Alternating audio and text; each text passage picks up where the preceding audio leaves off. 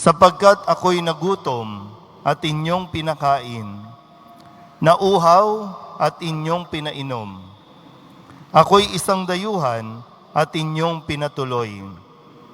Ako'y walang maisuot at inyong pinaramtan. Nagkasakit at inyong dinalaw.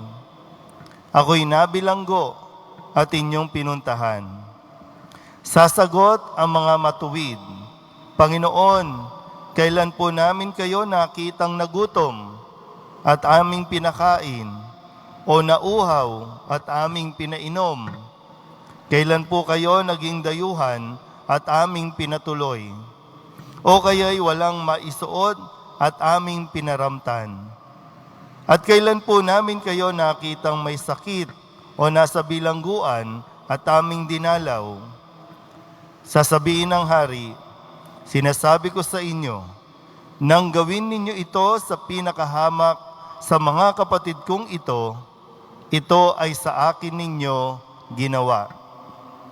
At sasabihin naman niya sa mga nasa kaliwa, lumayo kayo sa akin, mga sinumpa. Kayo'y pasaapoy na di mamamatay, na inihanda para sa dyablo at sa kanyang mga kampon. Sapagkat ako'y nagutom at hindi ninyo pinakain, nauhaw at hindi ninyo pinainom. Ako'y naging isang dayuhan at hindi ninyo pinatuloy. Ako'y nawalan ng maisuot at hindi ninyo pinaramtan. Ako'y may sakit at nasa bilangguan at hindi ninyo dinalaw. At sasagot din sila, Panginoon, kailan po namin kayo nakitang nagutom, nauhaw, naging dayuhan, nawalan ng maisuot, may sakit, o nasa bilangguan at hindi namin kayo pinaglingkuran? At sasabihin sa kanila ng hari, sinasabi ko sa inyo, nang pagkaitan ninyo ng tulong ang pinakahamak sa mga ito, ako ang inyong pinagkaitan. Itataboy ang mga ito sa kaparusahang walang hanggan. Ngunit ang mga matuwid ay tatanggap ng buhay na walang hanggan. Ang mabuting balita ng Panginoon. Pinupuri ka namin, Panginoong Hesukristo. Magsiupo ang lahat. Isang magandang araw po sa inyong lahat. Ngayon po ay dakilang kapistahan ng Kristong Hari ng Sanlibutan. Muli, palakpakan natin ang ating Hari.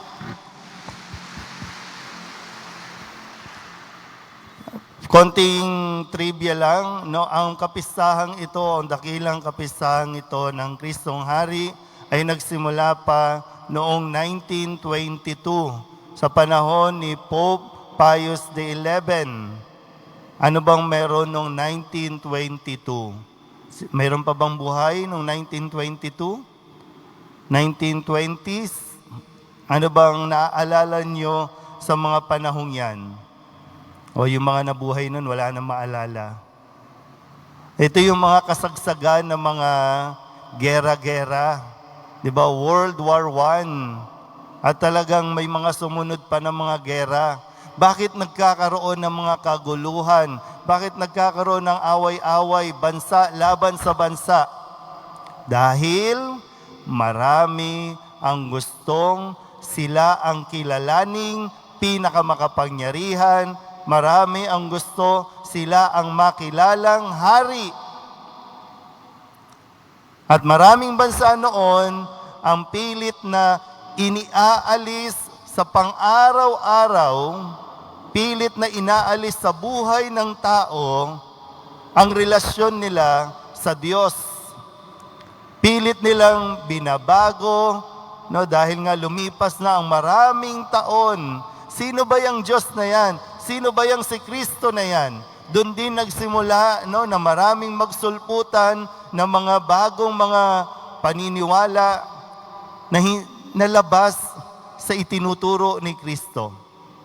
Kaya minabuti ng simbahan na ideklara at ipagdiwang para ang lahat ng mga tao ay manumbalik sa iisang hari natin. Walang iba kundi si Kristo.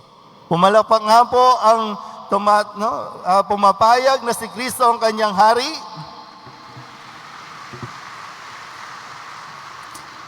Yan ang pinakakailangan natin ngayon. Bagamat, sabi ko, ito ay isang matinding pagsubok sa atin. Nasaan ba ang hari natin?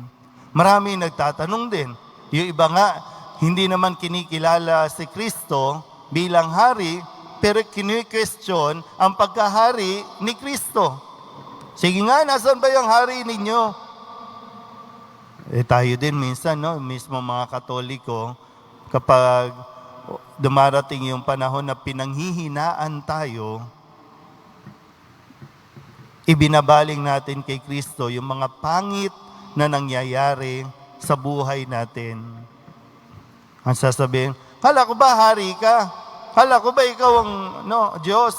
Bakit ganito nangyayari sa amin? Ay, teka lang. Kung hari si Kristo, para bang sinabi na, kung ako ang hari mo, teka lang, nagkulang ba ako? Teka lang. Kasi tinan nyo, kung babalikan natin ng konti yung kwento ng Ebanghelyo nung nakalipas na linggo, di ba itong haring ito, ipinagkatiwala niya ang kanyang kayamanan. Di ba biniyayaan niya yung kanyang mga alipin, mga katiwala. Kaya nga narinig natin, sa pagbabalik ng hari, ano bang masasabi sa atin? Mga pinagpala, magaling, at tapat na alipin. Dahil pinagyaman mo, sige, bibiyayaan ka pa. Anong sinabi dun sa isa? Alam ko po kasi na masama kayong hari. Kaya ito yung pera nyo, ito yung ginto nyo, ibinaon ko lang sa lupa. Anong sabi ng hari? Alam mo pala dahil sa sinabi mo, hahatulan kita. Tamad at masamang alipin. Ngayon kaya, ano kaya ang maririnig natin?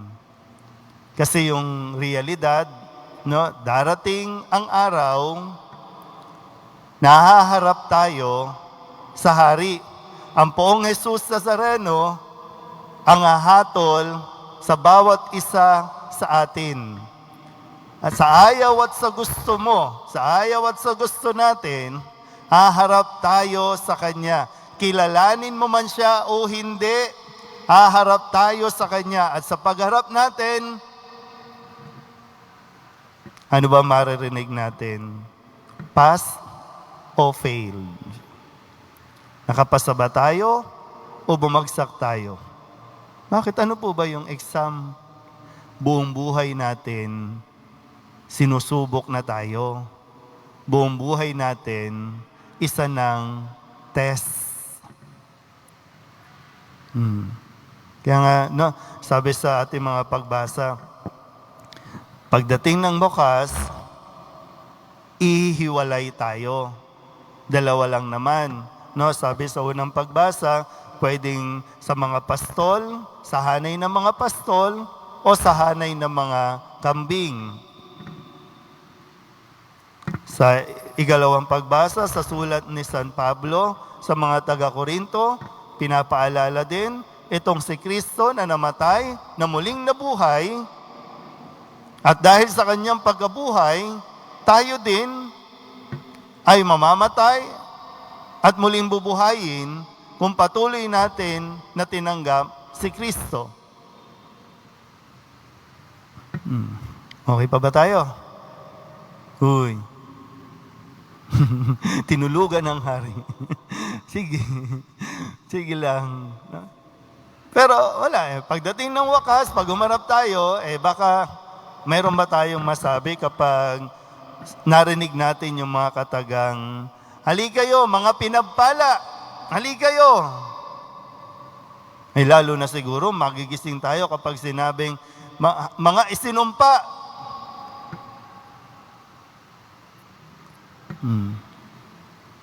Kaya maganda ngayon pa lang, sa bawat araw na lumilipas, ini-evaluate na rin natin, ano kaya mangyayari sa akin? Papasa ba ako o hindi? Sa tingin nyo ba? Tingnan nyo ay mga katabi ninyo. Tingin nyo ba?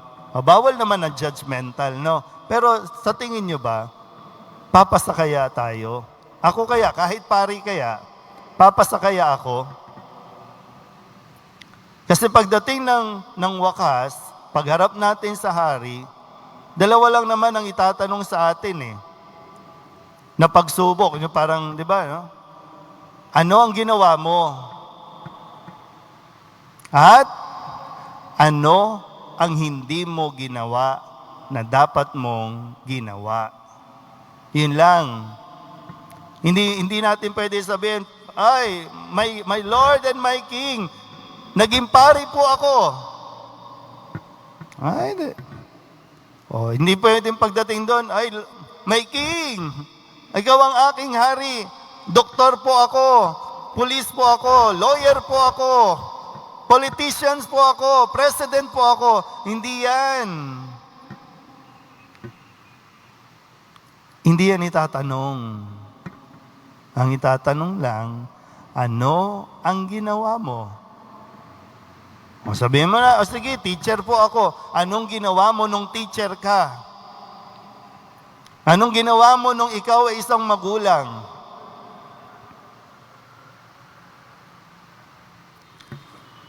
Oh, ano kaya? Meron ba?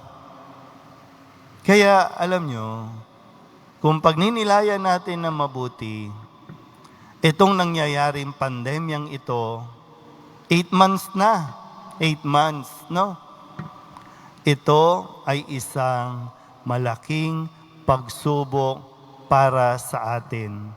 Hindi ang hari ang may gawa nito. Kasi ang hari natin, nasan ba yung hari natin na hinahanap natin o tinatanong ng iba? Wala sa kanyang trono. Ang hari natin, kasama natin.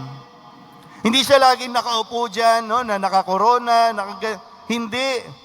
Ang hari natin ay isang pastol na naghahanap at pilit hinahanap ang kanyang mga tupa.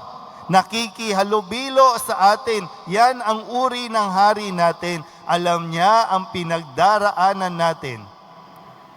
Hindi siya ang may gawa ng pandemyang ito. Tandaan niyo po yan. Hindi siya.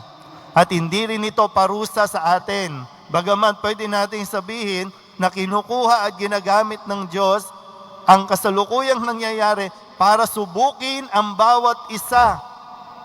Kasi ito ang magiging susi natin para tayo makapasa. Maraming pagkakataon na tayo po ay pwedeng magpakain, pwedeng magbigay ng damit, pwedeng dumalaw sa mga may sakit, sa mga bilangguan. Marami.